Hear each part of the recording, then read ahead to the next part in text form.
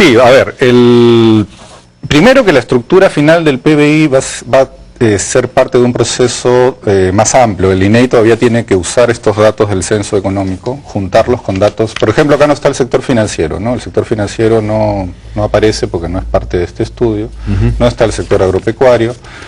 El INEI además debe recoger datos de otras fuentes, de la SUNAT, de una serie de fuentes, y ahí recién estructura todas las cuentas nacionales y la matriz insumo-producto, y realmente luego de eso recién aparece la estructura del PBI.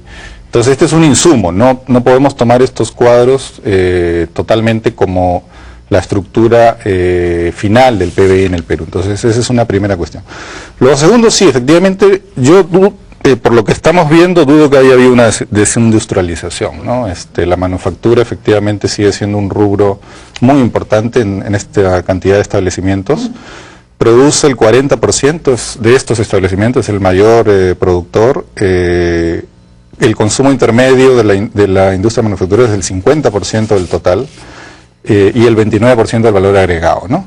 La minería, por ejemplo, que es otro rubro bien importante, genera el 15% de la producción, pero solo el 9% del consumo intermedio. La minería tradicionalmente es menos articulada, digamos, pero el 24% del valor agregado. Esto es algo que debería llamar la atención, que algunos piensan que la minería produce poco valor agregado, pero en general es una de las que tiene mayor valor agregado, porque su consumo intermedio es pequeño y su valor es alto, ¿no? Entonces, no es cierto que la minería genere poco valor agregado, que es algo que otro mito.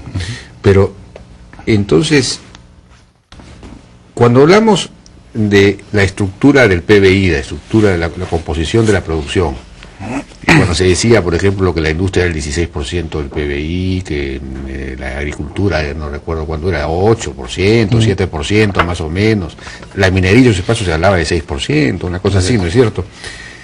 Ahí estamos hablando, yo entendía que a eso se refería al valor bruto de la producción, de esos sectores, y eso correspondería acá al 40%, en el caso de la industria. Sí. Eso es algo que me sorprende enormemente. Claro, acá no está la agricultura, pero si uno le agrega la agricultura y le agrega lo que estuviese faltando, estaríamos hablando de 35%, digamos. Sí, a ver, la metodología para el cálculo incluso del valor bruto y del PBI pasa por una serie de ajustes y procesos, ¿no? Se tiene que definir una serie de precios relativos, por ejemplo, que no está definido todavía. Esto ha sido valorizado a lo que los declarantes de estos establecimientos han dicho que es el valor de su producción. Cuando se hacen ya las cuentas nacionales, el INEI usa un sistema de precios que tiene que establecer. O sea, hay una serie de ajustes que van determinando al final que la estructura final de la producción sea un poco distinta.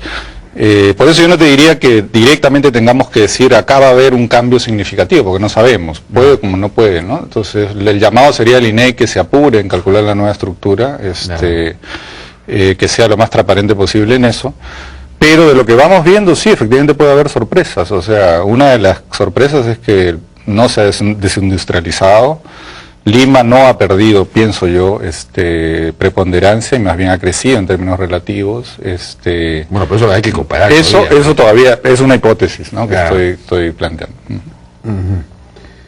Ahora, otro dato acá que me ha llamado la atención es la tasa de crecimiento anual de los empleos, de 7.3% del 93 a la actualidad. Es un crecimiento bastante alto, ¿no? Sí, el dato es del personal ocupado en estos establecimientos y ha crecido en esa magnitud.